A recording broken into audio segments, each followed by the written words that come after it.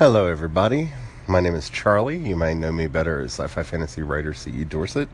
And today's been one of those days where I just kept my head down and tried to refocus those things that you don't like to focus on, the business aspects of everything. And I spent most of the day today working on setting up the new Patreon rewards, and tomorrow I should have the Patreon page finished, hopefully.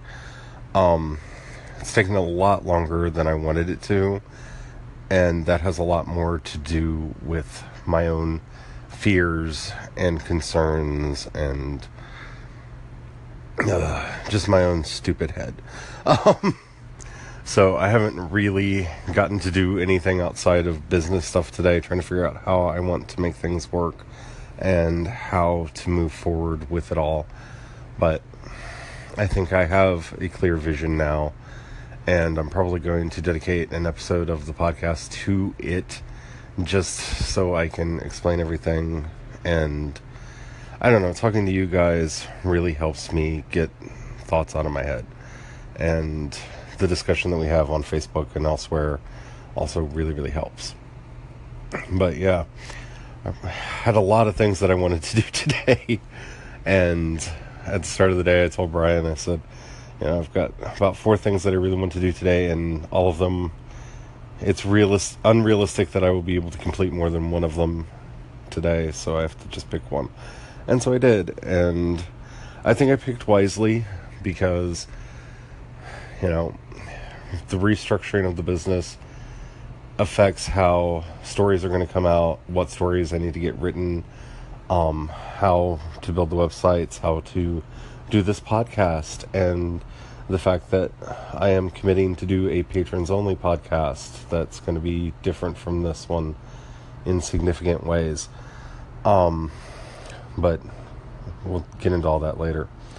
And trying to figure out how much time I have and am willing to commit to the things that need to get done.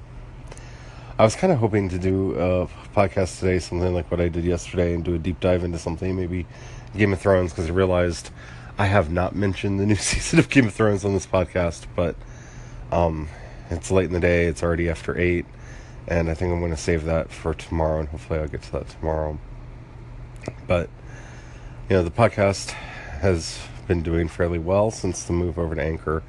I just want to thank everybody who has stuck with me through this process, because you guys really are my heart.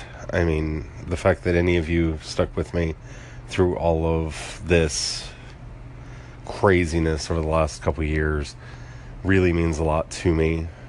I mean, I'm going to get all emotional here, and I don't want to do that. Just know that I am grateful for your love and your support and all the good vibes that you send my way. And every time that I see somebody listen to the podcast, because some of the cool things now is I actually get to see when people listen, not like what time and where or anything like that, but I get to see numbers of how many listeners per episode and stuff now, which I didn't get before. I just had vague subscriber numbers. But it means the world to me that you guys are sticking with me through all of this, because it's been a hard couple years, but we're on the other side, and there's a whole new world for us to explore together, and a new podcast to build, and I couldn't do it without y'all. So hopefully you'll start taking advantage of the call-in feature. I know I sound like a broken record on this podcast, but definitely please go to anchor.fm, download the app, follow me over there.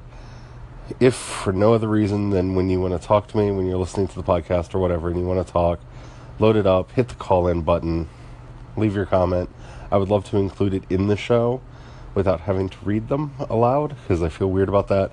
I would love to actually make this podcast into a lot more of a discussion than it is now. So thank you all for so much, all that you've done for me over the years. It really means the world to me. So I had a very strange experience today. It was the first time that this has ever happened for me. Got contacted by a lady on Facebook who was asking why people were saying that I was dead. And that was weird. It was a very strange experience. I asked who told them that I was dead, and they said that it's all over Facebook. And so I searched Facebook for my name, and outside of, members of the court who tag me in posts about things that they think that I'd be interested in or things they're blaming me for, you know who you are, I didn't see any references. So I'm assuming that they were, private posts that were in her circle of friends. And I was like, well, I'm sorry for any concern, but I'm all right. I'm home now. I'm working. I'm, just got back from the trip. I don't know where you heard this from. And then she said, well, I saw your mom and this other Charlie's mom's name say that you had died. And that's when I realized that she was talking about somebody else. And my heart just went out to her because I felt so bad, because I had given her false hope because she thought that I was her Charlie Dorset, and I had told her that I was still alive. And in all likelihood, her Charlie Dorset is not. And I felt so sad that I had, given her false hope. And so we talked for a little bit after that, and she thanked me for being sweet about it. But it's a weird experience. I've never had that happen to me before. I mean, in a world with Facebook and so many people with similar names, it's inevitable that there's another Charles Dorset out there, not including my dad, who's also a Charles Dorset. But psychologically, I don't know how to react to this. I mean, I was nice to her, she was nice to me, but it was a strange experience. And, I'm not putting that on her. It was just, of all the things that I expected to happen today, being told that other people were being told that I was dead was not one of the things that I thought was going to happen today. And so, I frantically searched Facebook again and kind of looked at my own feed to make sure that, there hadn't been any confusion on my feed, amongst my friends and those people that actually know me, my friends and fans and various members of the court. And yeah, there wasn't, but at the same time, I don't know. It's a strange sensation. It's a strange feeling, and my heart goes out to her and to the family of this other Charles Dorset, who is apparently not with us anymore, because I've lost a lot of friends and family over the years, and I know that pain, and I know it goes away, and I feel terrible for giving her false hope that this, terrible thing hadn't happened. I know, it's not my fault. I didn't, there's nothing malicious in it. It was just a mistaken, a moment of mistaken identity. But, I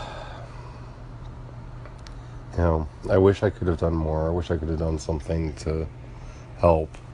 That's just kind of my nature. And I know there's nothing that I could have done, but yeah.